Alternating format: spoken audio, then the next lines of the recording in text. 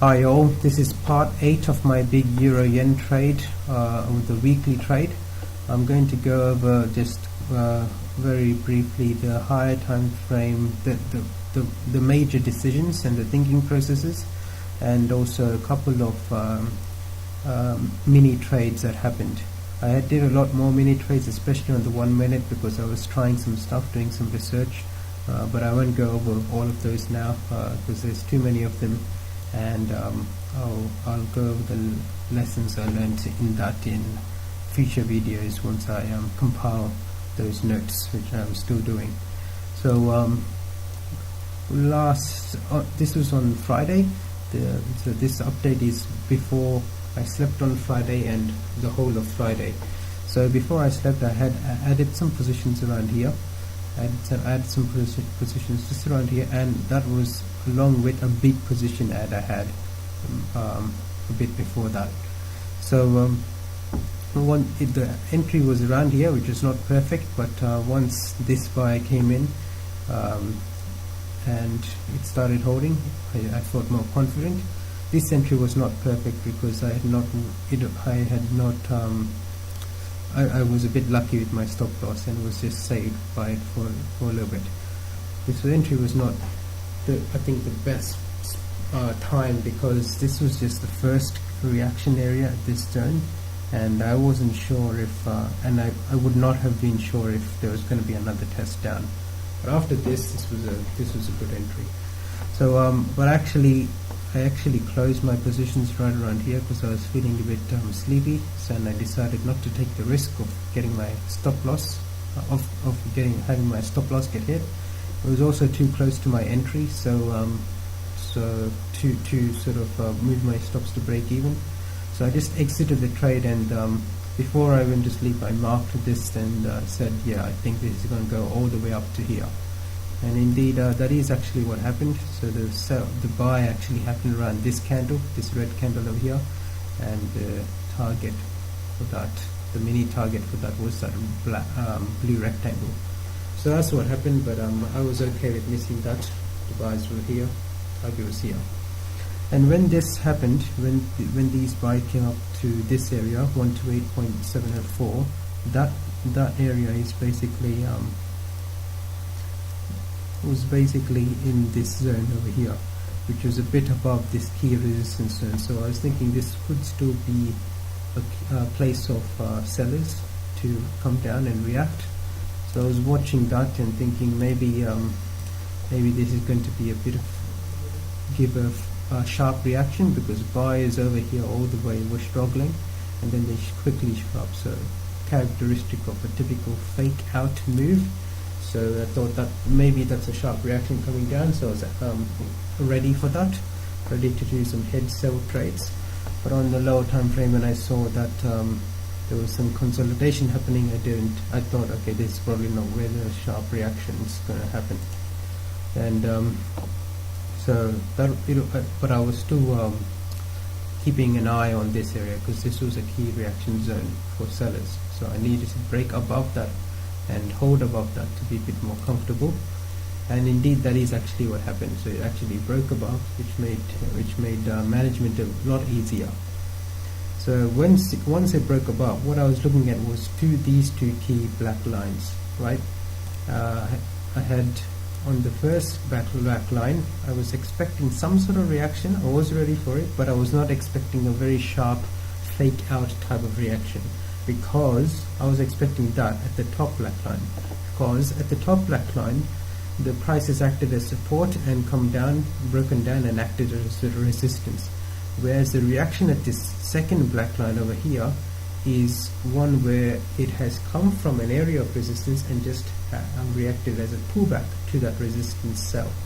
So I thought this black line was not really where the actual sellers were. I thought the actual sellers started from here.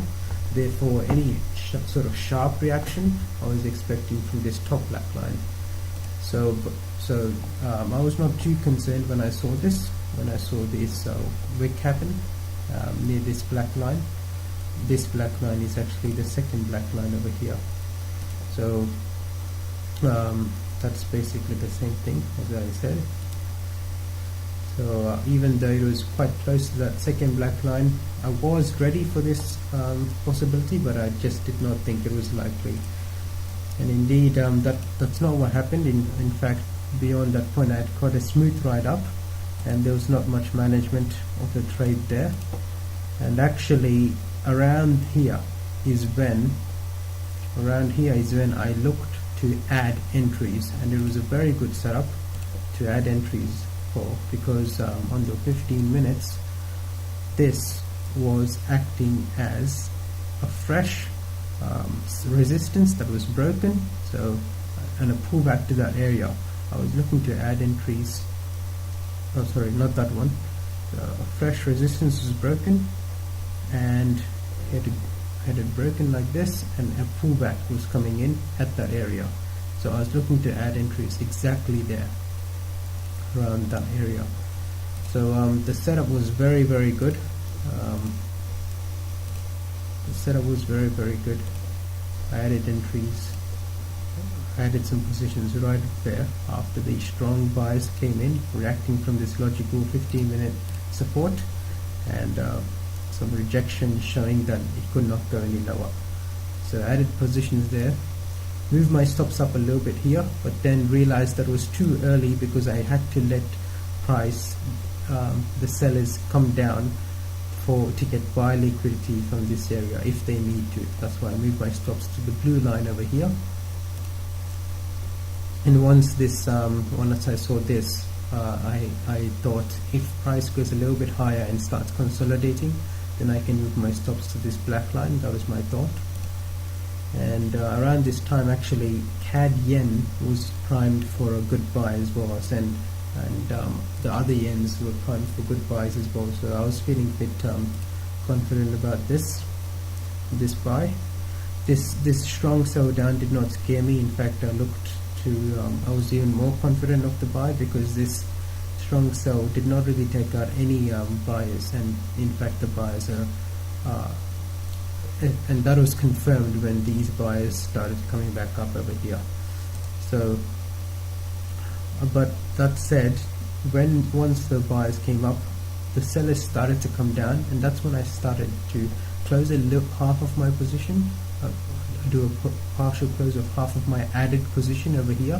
And that was because I thought maybe this is going to be a consolidation sell down, and it's going to go down even lower. So my stop loss was just over here, because in case this is a consolidation sell down, I don't want to lose too much on the profits. But once I saw that on a lower time frame the buyers were still holding grounds and showing themselves, I added back my positions that I had closed and moved my stops just below this key area, and was looking to target the big buys. And at this time, I saw in the lower time frames the Euro group was also quite primed to go up, right? So all reacting at a good area, so it was quite primed to go up. That was my analysis there. So around here, I saw I saw price go up really strongly over here, and this was my mistake. So that was the first entry, and that was the first partial exit, and then added back my positions over there. Price reacting at an okay resistance, but the higher time frame tells me this has potential to go much higher, right? So because I know the higher time frame is saying go higher, but on the lower time frame there is resistance, I should have kept my stops still below these buyers, but my thinking at that time was, I'm going to put my stop loss here, because in case it's going to range, I don't want to tolerate the range, I'll just try and find a better entry at the range.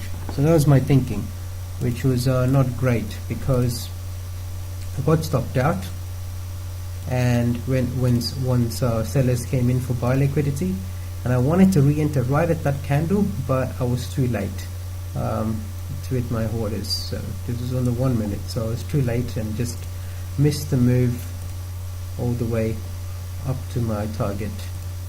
So that was the first small position I talked about there, and in the next video I'll talk about the other small trade I did and the lessons from that.